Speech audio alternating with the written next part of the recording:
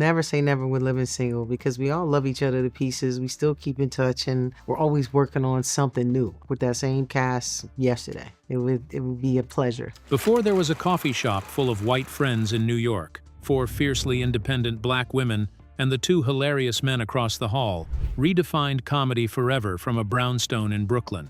Living Single practically invented the friends as family sitcom, and Hollywood owes it an apology it never paid. Behind the laughter and iconic chemistry of Queen Latifah, Khadijah, Kim Coles, Synclaire, Erika Alexander, Maxine, Kim Fields, Regine, TC, Carson, Kyle, and John Henton, Overton, lies a shocking history hidden behind the cameras. Behind those iconic opening credits sat almost castings, network cruelty, secret tributes, and cast tensions so bad people couldn't share a room. Today we're spilling 21 facts that could have rewritten television history. Grab a seat, this one gets messy. Body. The title change nobody saw coming. Living Single almost had a totally different name. The show was actually called My Girls, right up until about 3 weeks before it premiered on television. Just 3 weeks. That means the network scrambled to change the title so close to launch that the iconic opening title sequence, the one so many of us can still hum from memory, had to be rushed into production at the very last minute. Imagine watching promos for a show called My Girls, marking your calendar, telling your friends to tune in, and then it just shows up under a completely different name. And that last-minute title change actually says a lot about how uncertain the show's beginnings were. Nothing about Living Single was guaranteed to become the cultural landmark it eventually became. The network was still figuring out what it had, the cast was still finding its rhythm, and the series had to prove that a black ensemble cast could carry a mainstream primetime sitcom without being reduced to stereotypes. The fact that audiences connected so strongly with these characters makes the behind-the-scenes uncertainty even more fascinating. The show wasn't simply handed a perfect formula. A lot of people had to fight for the version we eventually saw. More so, that's the kind of last-minute chaos that would send any modern production team into a full-blown panic. But honestly, that's not even close to the wildest thing about this show's origin. What almost happened to one of its most beloved characters is even harder to believe. Maxine was almost cut entirely. Creator Yvette Lee Bowser reportedly had to fight to keep Erika Alexander's Maxine Shaw on the show, even issuing an ultimatum to the network to protect the character from being cut. Without that fight, one of the show's sharpest, most iconic characters might have disappeared before fans ever got to love her. No power suits, no legal one-liners, no Max. And losing Max would have meant losing one of the show's biggest sources of friction, humor, ambition, and attitude. Her dynamic with Khadijah gave the series an energy the softer friendships didn't have. Max could walk into a scene and instantly change its temperature. Sometimes, the character executives want to cut becomes the one audiences refuse to forget. And speaking of details fans never got the full story on, here's one that might change how you watch reruns forever. The key around Khadijah's neck had real meaning. Throughout all 5 seasons, Queen Latifah's character Khadijah wore a key around her neck, and it wasn't just a random costume choice thrown in by wardrobe. That key was actually tied to one of the most devastating losses of Queen Latifah's real life. Her older brother, Lancelot Owens Jr., died in a motorcycle accident in 1992 when his bike collided with a car as he was making a turn.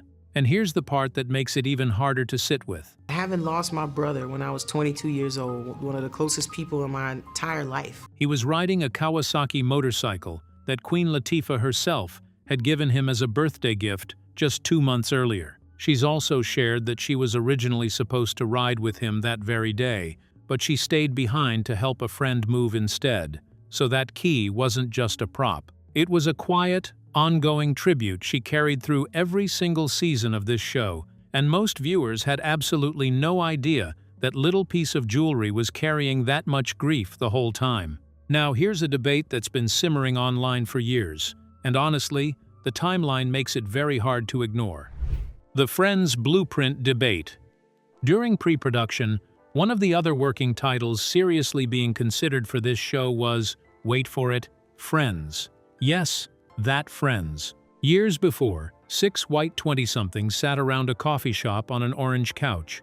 this black ensemble sitcom about a group of tight-knit friends navigating love, careers, and Brooklyn brownstone life was almost called the exact same thing. Coincidence? We'll let you be the judge, but the timeline alone raises a whole lot of eyebrows, especially once you hear what happened just a few years later to one of this show's own stars. T.C. Carson's shocking exit.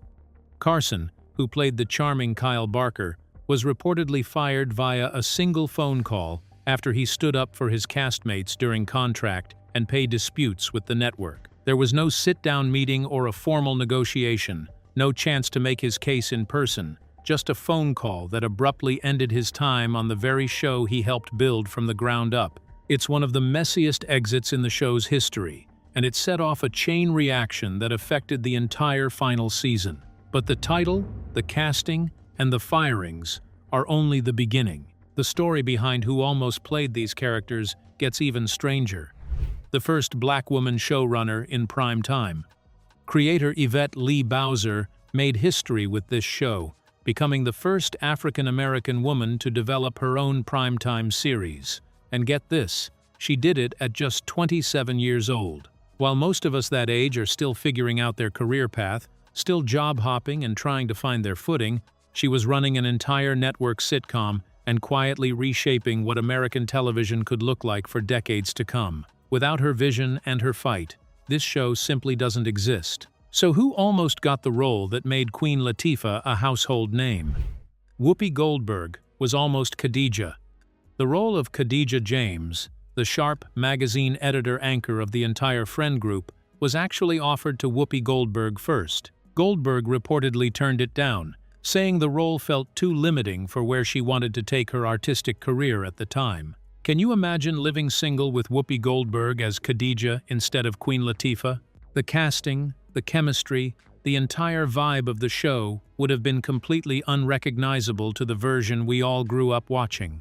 And even after landing the role, Queen Latifah herself almost didn't stick around long enough to film a single episode. Queen Latifah almost quit 3 times. She's revealed that she nearly walked away from the project not once, not twice, but 3 separate times during negotiations because of behind-the-scenes power struggles that had nothing to do with her talent and everything to do with money, respect, and control. 3 times, she was ready to walk out the door for good. If she had actually gone through with it, would living single have even survived? I have my doubts, but now let's shift over to a detail that turned some of the show's most touching scenes into something even more personal than fans ever realized. Real mothers played on-screen mothers. Queen Latifah's actual mother, Rita Owens, played Khadijah's mom on screen, and Kim Fields' real-life mother, the actress Chip Fields, played Regine's mother, Laverne. So when you were watching those tender mother-daughter scenes over the years, thinking it was just good acting, I'm not saying it wasn't, but you were actually watching real mothers and daughters share the screen together. Sweet, right? Well, buckle up, because the next fact goes in the opposite direction of sweet. Kim Coles faced brutal weight pressure.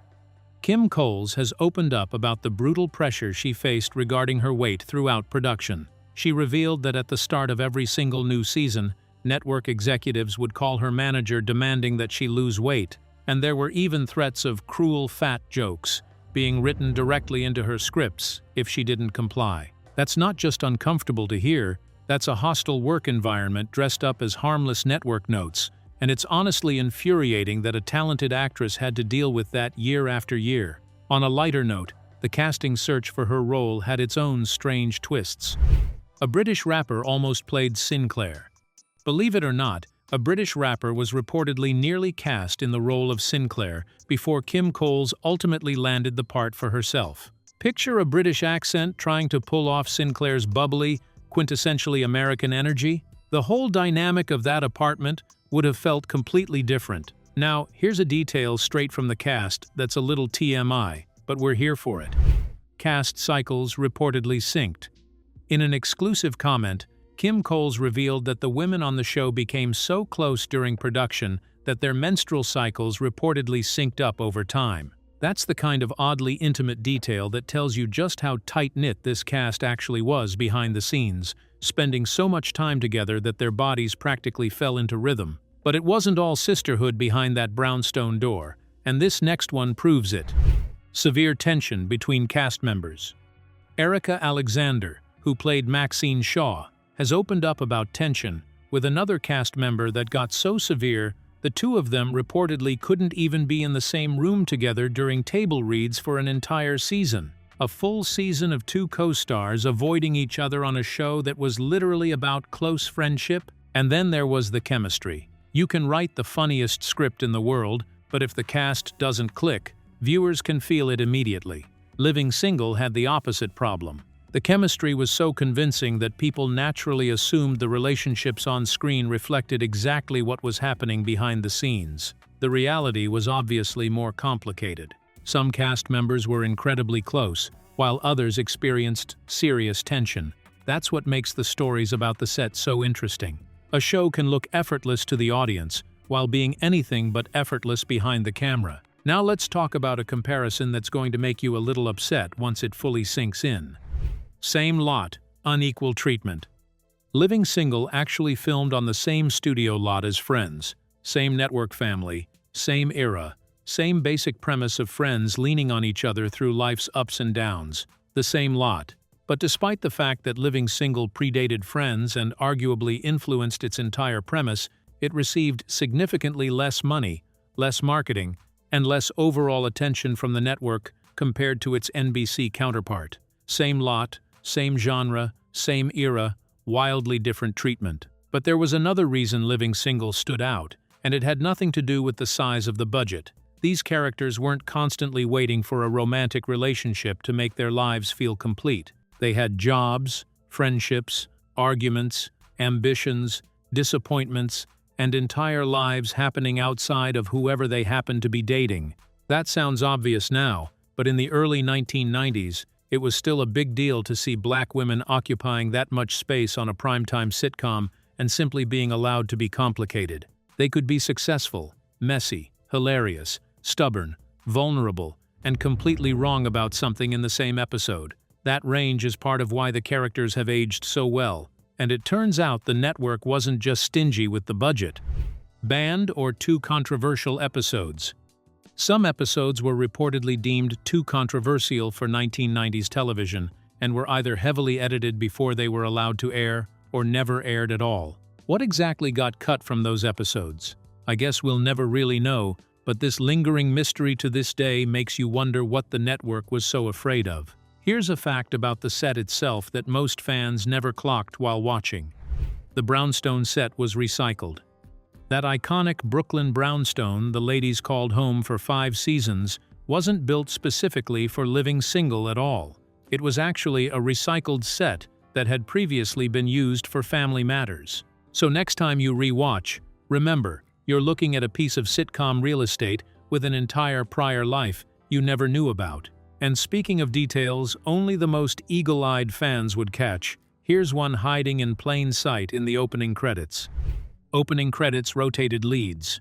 Kim Coles and Queen Latifah were technically co-leads of the show, and their credits in the opening sequence actually rotated depending on the episode, with Latifah listed first in some episodes and Coles listed first in others. It's a small detail on the surface, but it's a clear sign of the behind-the-scenes effort to treat both women as equals rather than positioning one as more important than the other. So after all that fighting for fairness behind the scenes, did it actually pay off when award season rolled around?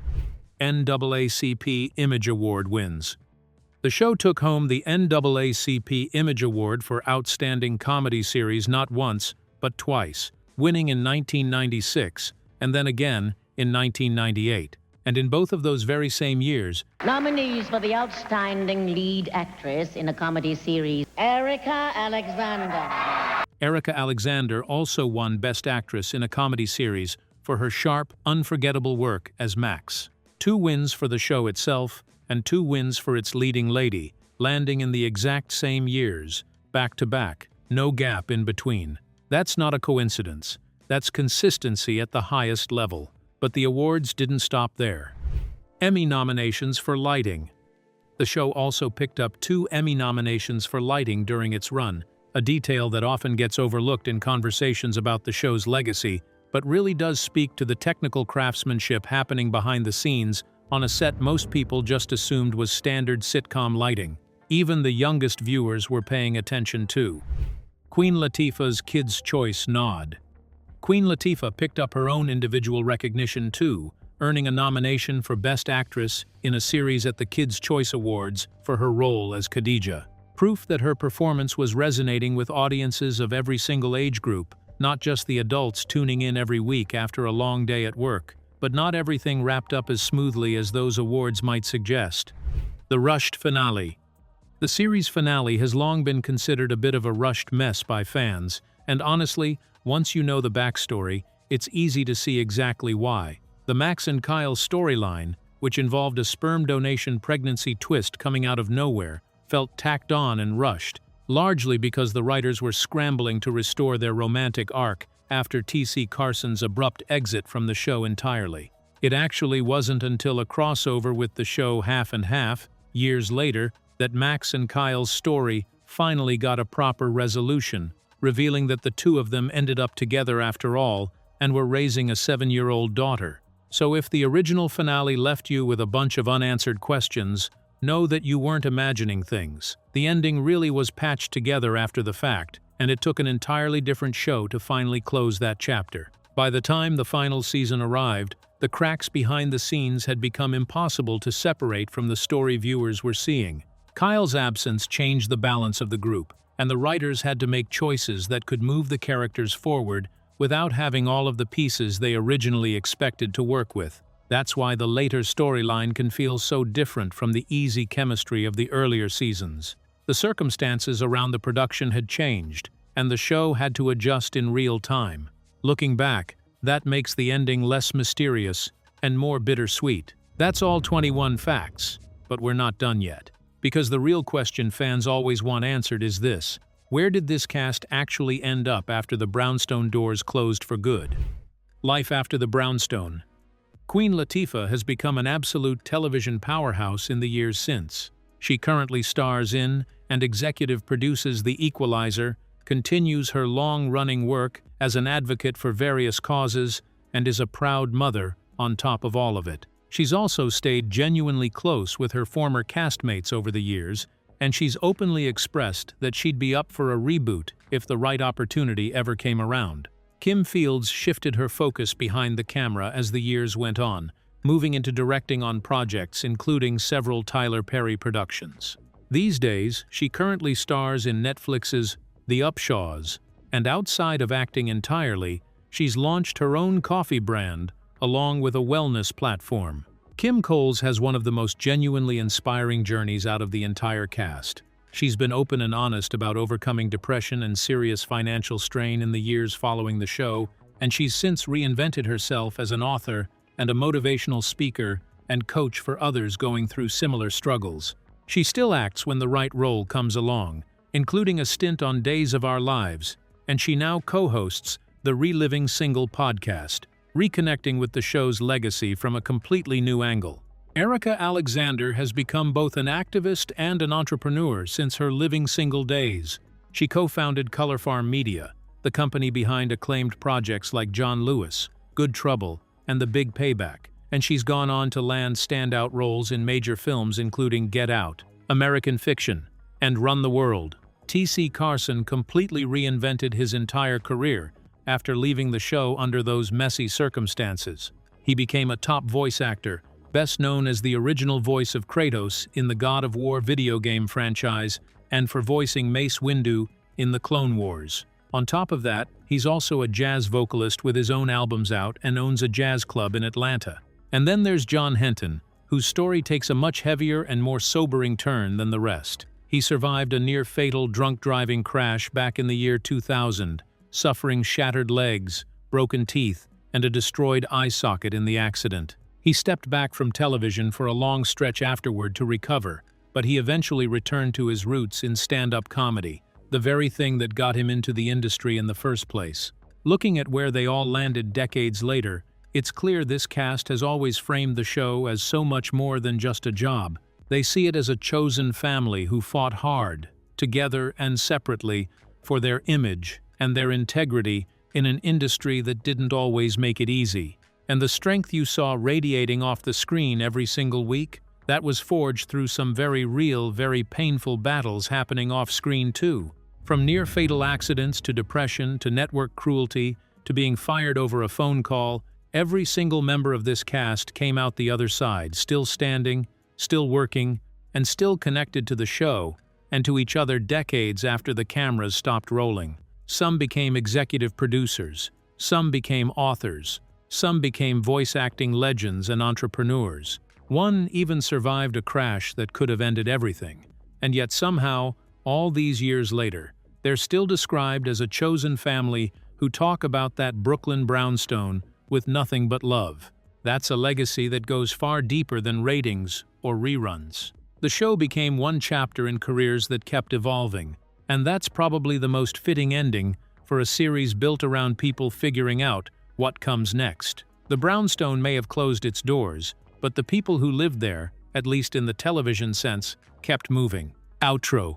And there you have it. 21 facts, straight from the vault, that prove Living Single deserves way more credit than television history has ever actually given it. From almost being called Friends years before Friends even existed, to the real off-screen family bonds that made this cast genuinely unbreakable, to the network cruelty and phone call firings that almost tore the whole thing apart, this show quietly shaped an entire genre of television while barely getting the recognition it earned along the way. If you learned something new today, smash that like button, drop a comment telling us which fact shocked you the most, and subscribe for more deep dives into the shows and the casts that shaped an entire generation of television, one hidden story at a time. We'll see you in the next one. And until then, keep watching the shows you love a little more closely.